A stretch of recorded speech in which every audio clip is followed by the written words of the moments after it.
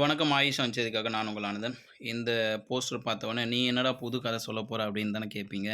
புது கதை இல்லைங்க, உண்மை கதை. ஆந்திர முதல்வர் சந்திரபாபு நாயுடு அதிரடி 30,000 பேருக்கு ஆசிரியர் பணி வழங்க அனுமதி அளிக்கும் கோப்பில் சந்திரபாபு கையெழுத்து அப்படின்னு இந்த பதிவு ஊர் ஃபுல்லா பரவிடுச்சு. ஆனா, இதோட பேக்ரவுண்ட் என்னன்னு போய் பார்க்கும்போது தான் ஆச்சரியமாவும், அதிர்ச்சியமாவும் இருந்தது. இது என்னன்னா, மேல பாருங்க தி இந்து நியூஸ் பேப்பர். இந்துனாவே நமக்கு ஒரு மரியாதை இருக்கும் இந்து நியூஸ் பேப்பரில். அதுதாங்க உங்களுக்கு எடுத்து வந்து கொடுத்துருக்கேன். மேலே பாருங்கள், இந்து நியூஸ் பேப்பரோட வெப்சைட்டில் ஹோம் பேஜ் உள்ளே போனால் நியூஸ் போட்டு இந்தியாவுக்குள்ளே ஆந்திர பிரதேஷ் மாநிலத்தில் என்ன நடந்தது அப்படின்றது கொடுத்துருக்காங்க. இந்த ஆர்டிக்கிள் பப்ளிஷ் பண்ணது யார் அப்படின்னா, இது இருக்காங்க சுஜாதா வர்மா அவர்கள். அவங்க தான் ஆர்டிக்கிள் பப்ளிஷ் பண்ணியிருக்காங்க. ஜூன் 13, 2024 பப்ளிஷ் பண்ணியிருக்காங்க. இது நமக்கு கொஞ்சம் இங்கிலீஷில் படிக்கிறது அப்படியே தமிழில் கூட படித்து பார்த்துடலாம். அப்படியே இங்கிலீஷில் படித்து தமிழில் போகலாம் பாருங்கள். Chandrababu Naidu gestures the bring the mega Joy to the offspring the teachers in Andhra Pradesh. The chief minister first act upon assuming the charges was signed and file announcing the issuance of the notification to fill 16,347. இதான் முக்கியம். அவர் வேலை கொடுக்கலைங்க. Notification to fill 16,347 teachers post across the state thus fulfilling of the key of election promise. So election டைமில் அவர் கொடுத்த promise அவ்வளோதான். நம்ம என்ன பண்ணிட்டாங்கன்னா பணியிடங்கள்னு சொல்லிட்டாங்க. இப்போ இதை போய் படிங்க. 30,000 பேருக்கு என்ன கொடுத்துட்டா 30,000 பேருக்கு ஆசிரியர் பணி வழங்க அனுமதி அளிக்கும். அதாவது இது வந்து கிளியராக சொல்லியிருக்கணும், ரெக்ரூட்மெண்ட் ப்ராசஸ்க்காக அப்படின்ட்டு. இந்த லிங்க் இருக்குது பார்த்தீங்களா, www.hindu ஆந்திர பிரதேஷோட நியூஸு. இதை நான் வந்து டிஸ்கிரிப்ஷனில் கொடுக்குறேன், கமெண்ட் பாக்ஸில் ஃபஸ்ட்டு மெசேஜை பின் பண்ணுறேன். நீங்களே போய் லிங்க்கை கிளிக் பண்ணி படிங்க.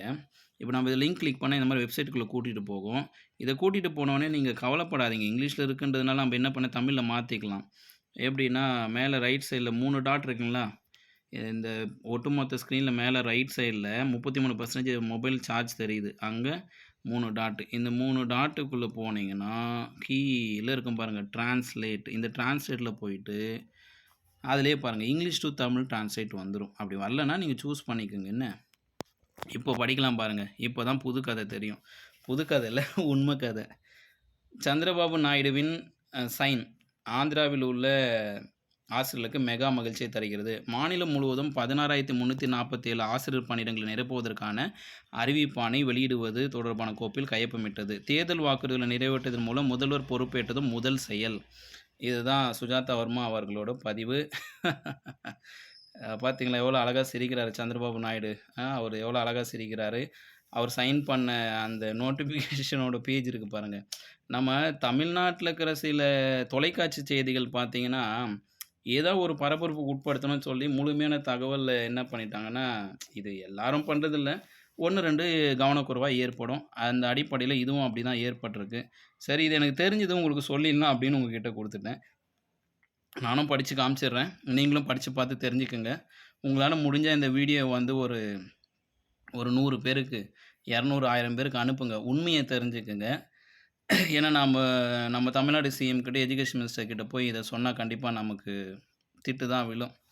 ஏப்பா அவங்க வந்து வேலை கொடுக்கலப்பா, நோட்டிஃபிகேஷன் தான் கொடுக்க சொல்லியிருக்காரு அப்படின்னு நமக்கு திட்டு விழும். அதனால் நாம் இதை கொஞ்சம் விட்டுறது நல்லது. இதை பாருங்கள், அரசு நடத்தும் பள்ளிகளில் ஆசிரியர் பணிக்கு ஆசைப்படும் இளைஞர்களுக்கு உறுதியளிக்கப்பட்ட மலுப்பலான mega DSC, department of school commission சொல்கிறாங்க. நீண்ட காத்திருப்புக்கு பிறகு ஜூன் 13 வியாழன் அன்று முடிவடைந்தது. தெலுங்கு தேசம் கட்சியின் தலைவர் என் சந்திரபாபு நாயுடு அவர்கள் முதல்வராக தன் முதல் செயலாக இருக்க வேண்டும் என முடிவு செய்தார். 16,347 ஆசிரியர்கள் பணி நிரப்புனர் டிஎஸ்சி அறிவிப்பை கையெழுத்திட்டார். இதோட பின்புலம் வந்து கொடுத்துட்டாங்க. இடைநிலை ஆசிரியர்கள், செகண்டரி டீச்சர், பயிற்சி பெற்ற பட்டதாரி ஆசிரியர் டிஜிடி, முதுகலை ஆசிரியர்கள் டிஜிடி, முதுகலை ஆசிரியர்கள் டிஜிடி, திரும்ப அதே வருது. முதுகலை ஆசிரியர்கள் பாருங்கள் எத்தனை தடவை வருது. இது வந்து பிஜிடின்னு வரணும். ஸோ இதெல்லாம் நமக்கு தெரிஞ்சது தான். வேலையற்ற இளைஞர்கள் மகிழ்ச்சி திளைத்துள்ளார்கள் அப்படின்னு சொல்லிட்டாங்க. இதோட ரீசன் என்னன்னு பாருங்கள். சந்திரபாபு நாயுடு முதலமைச்சராக இருந்த காலகட்டத்தில் 7,000 ஆசிரியர்களை பணி அமர்த்துவதற்கான டிஎஸ்சி அறிவிப்பு வெளியிடப்பட்டது. அப்போது எதிர்க்கட்சி தலைவராக இருந்த ஒய்எஸ்ஆர்சிபி தலைவர் ஒய்எஸ் ஜெகன்மோகன் ரெட்டி மாநிலத்தில் 24,000 ஆசிரியர் பணியிடங்கள் காலியாக உள்ளதால் இவ்வளவு குறைவான எண்ணிக்கையிலான ஆட்சேர்ப்புகளை கண்ணில் படுவதை தவிர வேறு இல்லை என்று மாநில அரசை கேலி செய்தார். ஜெகன் ஆட்சிக்கு வந்தால் மெகா டிஎஸ்சி வெளியிடுவதாக காலியாக உள்ள அனைத்து பணியும் இருப்பதாக உறுதியளித்தார். ஓஹோ! இது தமிழ்நாட்டு கதையா? இங்கே டிஎம்கே ஏடிஎம்கே என்ன பண்ணுச்சோ அதே தான் அங்கேயும் பண்ணியிருக்காங்க. ஒய்எஸ்ஆர்சிபி அமோக வெற்றி பதிவு செய்தது. ஆனால் ஜெகன் அரசாங்கத்தில் டிஎஸ்சி அறிவிப்பு வெளியிட முடியவில்லை. இது வேலையற்ற இளைஞர்களின் கோபத்திற்கு ஆளானது. Okay, super. இருப்பினும் அவரது பதவிக்காலம் முடியும் தருவாயில் தேர்தலுக்கு முன்பு அவரது அரசாங்கம் 6,100 ஆசிரியர் பணியிடங்களை நிரப்புவதற்கான அறிவிப்பை வெளியிட்டது. இது பங்குதாரர்களின் வருத்தத்தை ஏற்படுத்தது. ஆசிரியர் தகுதி தேர்வு டெட் நடத்தப்பட்டது. ஆனால் தேர்தல் விதிமுறைகள் மற்றும் உத்தேச டிஎஸ்சி அட்டவணைகள் வெளியிடப்படாமல் முடிவுகள் நிறுத்தி வைக்கப்பட்டது. ஓகே, இப்போ நடப்பு ஆட்சியில் இருக்கிற டிஎம்கே தான் ஃபாலோ பண்ணது போல். காலி பணியிடங்களை தேர்தலுக்கு முன்னாடி அறிவித்தாங்கன்னா ஆட்சி மாறும் போல். என்னப்பா இது, அந்த நாட்டில் இருந்து இங்கே நடந்துட்டு போல். ஒய்எஸ்ஆர்பி அரசு தொடக்கப் பள்ளிகளில் 3 முதல் 5 வரை உயர்நிலைப் இணைக்கப்பட்ட ஜிஓ அங்கேயும் 117 ரத்து வேறு இருக்கா? இங்கே 100 அடப்பாவீங்களா, இவ்வளோ உண்மை ஒளிஞ்சிருக்கு. உயர்நிலைப் பள்ளிகளுடன் இணைக்கப்பட்ட ஜிஓ 117 ரத்து செய்ய ஆசிரியர் சங்கம் கோரி வருகின்றன. இதனால் பள்ளிகள் மற்றும் ஆசிரியர் பணிகளின் எண்ணிக்கை கடுமையாக வீழ்ச்சியடைந்துள்ளது. கல்வித்துறையின் அதிகாரிகள் சமர்ப்பித்த அறிக்கையின்படி மாநிலத்தில் சுமார் 36,000 ஆசிரியர் பணியிடங்கள் காலியாக இருப்பதாகவும், ஆனால் பள்ளிகளில் இணைக்கப்பட்ட பிறகு அந்த எண்ணிக்கை வெகுவாக குறைந்துள்ளதாகவும் தொழிற்சங்கங்கள் அறிவித்தன. இந்த இணைப்பு கொள்கையின் மூலம் தாழ்த்தப்பட்ட குழந்தை கல்வியாளர்களை பறித்ததாக அரசாங்கம் குற்றம் சாட்டப்பட்டது.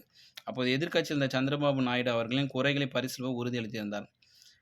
ஆந்திர வேலையற்றோர் ஜேசி மாநில இவங்க எல்லாமே இதை பற்றி தெரிவிச்சாங்க. எல்லாம் அவங்க பேரெல்லாம் சொல்கிறாங்க, சங்கத்தோட பேரெல்லாம் இருக்குது, நீங்களே படித்து பாருங்கள். நீண்ட இடைவெளியை கருத்தில் கொண்டு வேலை தேடுவோரின் எண்ணிக்கை வயது வரம்பை 47ஆக உயர்த்தியிருக்காங்க. பாருப்பா, அந்த நாட்டில் 47ன்னு உயர்த்திருக்காங்க. நமக்கு இங்கே 53, 58ன்னு இருக்குது. இதுதாங்க உண்மை. சரிங்களா? சந்திரபாபு என்ன கொடுத்துருக்காருன்னா, இந்த மாதிரி 36,000 பணியிடங்கள் காலியாக இருப்பதாக கோரிக்கை வச்சுருந்தாங்க. அதில் சார் என்ன பண்ணியிருக்காருன்னா, இந்த மாதிரி நீங்கள் எக்ஸாம் கண்டக்ட் பண்ணி செலக்ட் பண்ணிக்கோங்க அப்படின்றத சைன் பண்ணியிருக்காரு. இதுதாங்க தெலுங்கு தேசம் கட்சி தலைவர் என் சந்திரபாபு நாயுடு முதல்வராக தனது முதல் செயலாக இருக்க வேண்டும் என்று முடிவு செய்தார். 16,347 ஆசிரியர் பணிகளை நிரப்புவதற்கான டிஎஸ்சி அறிவிப்பை அறிவிக்கும் கோப்பில் கையெழுத்திட்டார். இதுதான் உண்மைங்க. இந்த உண்மையை உங்களால் எத்தனை பேருக்கு அனுப்ப முடியுமோ அத்தனை பேருக்கு அனுப்புங்க. நான் உங்கள்கிட்டையும் கொடுத்துட்டேன். நம்ம நிறைய விஷயங்கள் தெரியாமல் வெளியில் ஷேர் பண்ணக்கூடாது. அதில் இதுவும் ஒன்று. மீண்டும் இது போன்ற உண்மை தகவலோடு நான் உங்களை சந்திக்கிறேன். மறக்காமல் சேனலை சப்ஸ்கிரைப் பண்ணுங்கள். இந்த மாதிரி ஒரு தகவல் தமிழ்நாட்டு இருக்கின்ற எத்தனை யூடியூப் கொடுத்தாங்கன்னு தெரியல. தமிழ்நாட்டில் இருக்கிற education YouTube, news channel YouTube யாராக இருந்தாலும் இந்த உண்மையை வெளிப்படுத்தியது ஆயிஷா அகாடமியோட ஆயிஷா நியூஸ் 24/7 அச்சம் தவிர தான் இருக்கும். அப்படி நீங்கள் நம்பினீங்கன்னா சப்ஸ்கிரைப் பண்ணுங்கள். உங்கள் ஃப்ரெண்ட்ஸையும் சப்ஸ்கிரைப் பண்ண வைங்க. இது போன்ற உண்மை தகவல்களை தேடி உங்களுக்கு தருவதற்காக தான் இந்த ஆயிஷா நியூஸ் 24/7 அச்சம் தவிர. சப்ஸ்கிரைப் பண்ணுங்கள். இன்னும் வேடிக்கை பார்த்தா எப்படிங்க? ஓகே.